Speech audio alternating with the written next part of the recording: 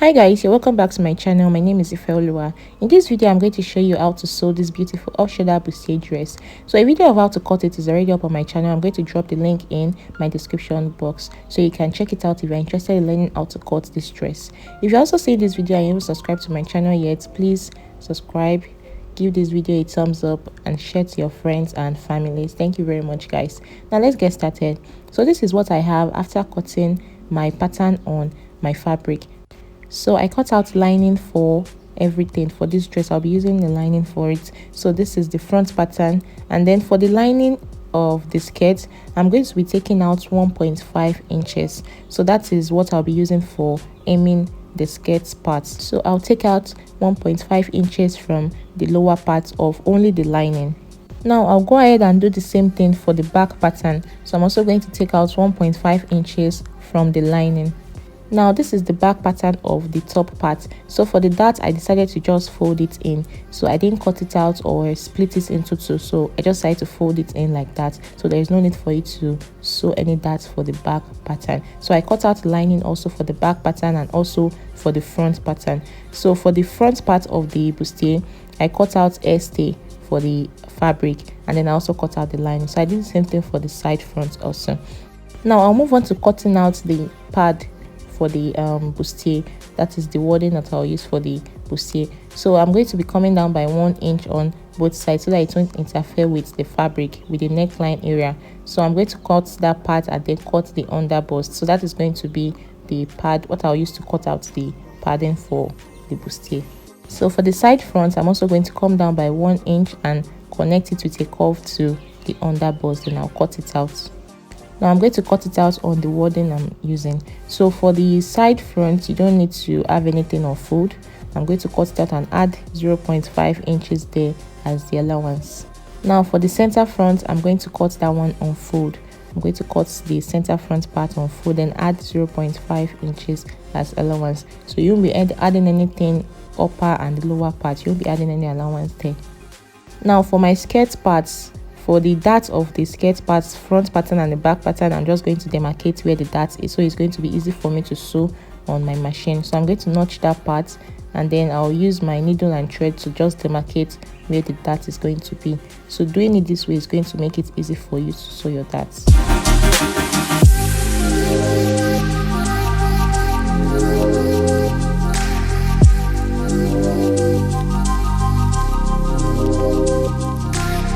Now I'm going to iron this, my hairstay on my fabric, and then I'm going to iron the wording too on my fabric. So this is what I have after ironing everything together. Then I'm going to join the bustier together. So just take it to your machine and sew up the bustier part. So guys, this is how your bustier should look like after joining together.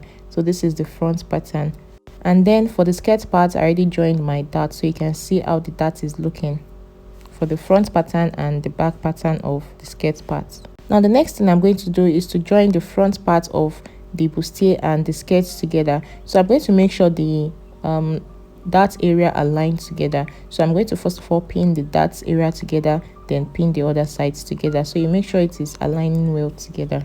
So I'm going to do the same thing for the back pattern and pin them together. So before doing this, you can just notch out where your zip area is so that you will not take it for each other. You won't put the side where the zip is meant to be. So you can just notch out your zip line area on the skirt part of this one. So I didn't do it here because I already know where it is meant to be, but to avoid confusion you can just do that. So I'm going to just turn that together, the right side facing right side, and sew together.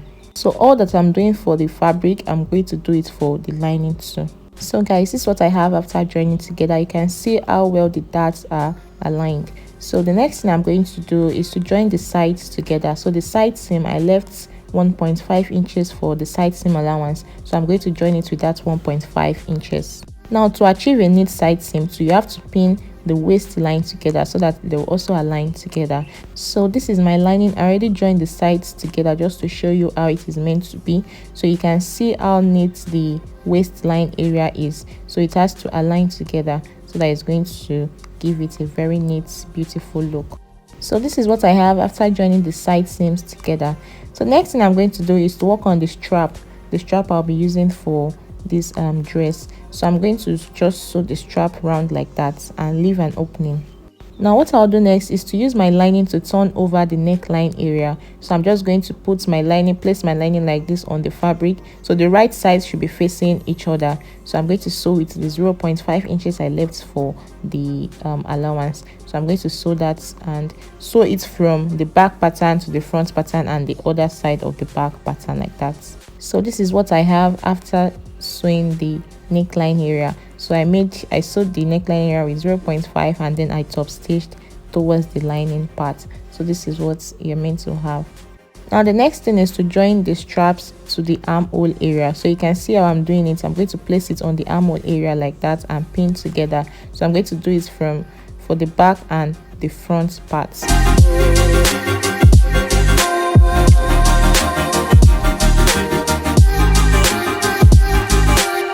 So after doing that, I'll be using my lining to cover it up. So the lining is going to serve as what to use to cover it up, so that by the time you turn it over to the other side, it's going to be looking very neat. So I'm just going to stitch that with 0.5 inches. Now you can see what I have after doing that. You can see how neat it is looking.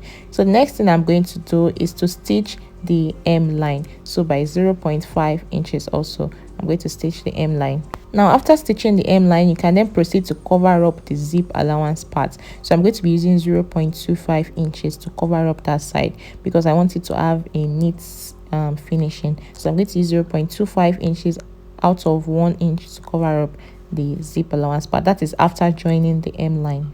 So this is what I have after joining the hem line and the zip allowance part. So you can see that point. That is why we removed the 1.5 inches from the lining, so that we can have that effect. Now everywhere is closed up and then we have to turn our fabric over to the other side. So to do that, I'm going to open up one of the side seams of the lining. So I'm going to just open up to like 5 inches. So I'll loosen that part so that I'll be able to take out the fabric and turn it over to the right side.